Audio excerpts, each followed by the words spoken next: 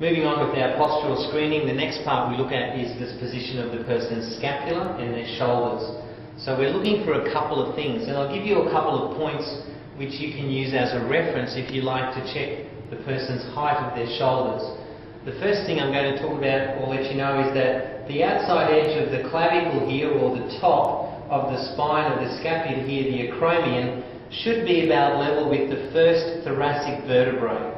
Now, how do you tell the first thoracic vertebrae? Well, if you come down the person's neck and you're really clever, you can count down to the C7, and the first thoracic vertebrae is the one below the one with the largest lump. Okay, so that's how you can find first thoracic. If you look at it, you should see that they should be approximately level. Another thing to look for is the inside border of the scapula, the top of that called the superior angle. The superior angle should be roughly level with the second thoracic vertebrae. If you want to go all the way down now, the bottom of the scapula, which is the inferior angle, should be approximately level with the 7th or the 8th thoracic vertebrae. So that will give you some indication of how to line those up. Now, there are a number of movements that the scapula can actually go through. And what we're looking for, if this is the scapula, we're looking for a number of key movements. We're looking first of all as to whether the scapula has moved away from the centre of the spine or towards the centre of the spine. Now, typically this gap through here between the inside edges of each of the scapula should be about 8 to 10 centimetres. If it's more than 8 to 10 centimetres, what it means is the scapula has actually moved out, and that's called abduction. Okay? If it's moved in and it's closer than 8 to 10 centimetres apart, that's called adduction, spelled A-D-D-U-C-T-I-O-N. Now, on the model here you can see they're quite far apart, but we do that with these models so that we can screw the scapula in to sit properly. But on a normal person, we're looking at them being a little bit different. Now, the other movements that we're looking at is whether it's going to rotate inward, or some people say downward rotation, and that looks like this. So if this is my initial position, rotating inward or downward means this bottom part, the inferior angle, is rotating across.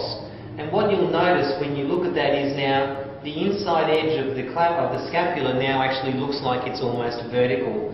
In its normal position, you can see that angle looks like it's slightly out at the bottom. So if a person has in or downward rotation, this becomes closer to the spine, and the inside angle here looks like it becomes almost straight. So that's in or downward rotation. If you look at outward rotation, or upward rotation as some people will say, the scapula will actually be in that position. And what you'll notice now is the inferior angle is a lot further away from the spine than it was in its normal resting position. So we've now got abduction, adduction, inward rotation and outward rotation. So they're the first 4 movements that we want to look at. And again, very easy to do on a skeleton. Let's have a look at how they go on a real model. So I'll just move this out of the way and get my real model to come in. And again, if you have a look at a person's back, one of the most obvious things that you notice is the muscle mass actually makes it very difficult for you to pick up where this person's scapula is. So this is roughly the position of the scapula on this particular model. So what we need to do first of all is we'll check alignment. So if we come across here and we find the top of the AC, which is just here, and we're going to come down until we find C7, which is that big protruding spine there, and that's T1, first thoracic vertebrae, should be roughly level with the outside of the acromion, and you can see that's about right. There's not too much of a difference between those heights. The second thing is find the top of the border, which is the superior border, and I'm palpating the inside edge and I'm following it up until I find that top angle, and that's that top angle just there. And you can see here's T1, there's T2. It's a little bit lower than it should be, but it's not too bad, so that's about right. And we can follow the scapula all the way around. So once you've done that, then start making sure you find and feel where the scapula is. This is a nice thing to have if you can afford to buy one, because they give you an idea. So we want to follow this angle down, and you can see there's my inferior angle, which is the same as this point. Follow that point out, there's my acromion, which is this point here.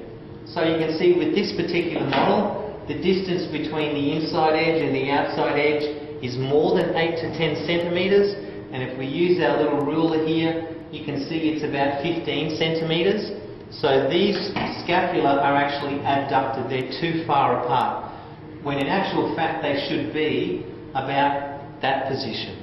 So if you wanted to put them into that position and then check, you can see now that's just on 10 centimetres, which is absolutely perfect. So if I get Keegan to relax again.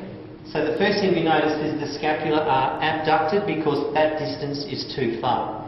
The next thing we want to find is have a look at where the inferior angle is and see if it's rotated out or rotated in. How do we do that? That's the good part. Come back to our little scapular bone again. If I find this inferior angle and the acromion process, if you have a look, the inferior angle is actually about the middle between those 2 points. So the way we can tell if it's inward rotated, you can see now they're almost inside that alignment, and if it's outward rotated, you can see it's closer to the outside part.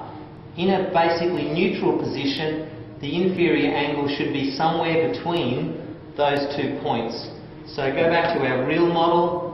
There's our inferior angle, superior angle, there's our acromion process, and here's our inferior angle, which is roughly in the middle of those 2 points. So that's quite good. So the scapula aren't rotated in either position, but they are a little bit further apart. Now the last thing that's part of your postural screen is to check for winging of the scapula. Now I don't know whether you can see clearly, but Keegan is a little bit flat through his thoracic spine. When a person has a flat thoracic spine, they're more likely going to have winged scapula. So what are winged scapula? Winged scapula is when I can do this. You watch.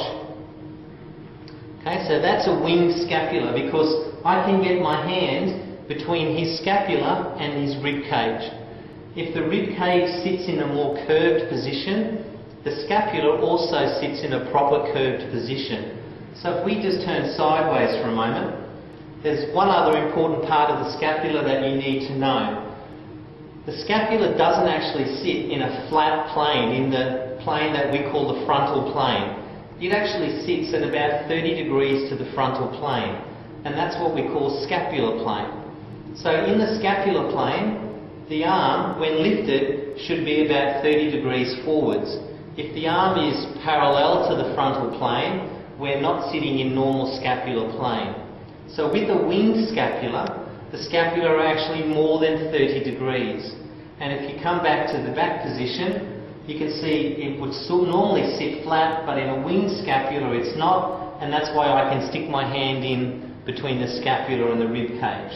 So people with winged scapula, they will often have deep hollows here, and you'll be able to stick your fingers up underneath the ribs there to actually see that the scapula is not sitting flat. And that's something that we need to make really good exercise choices for so that we don't make that any worse than it actually is.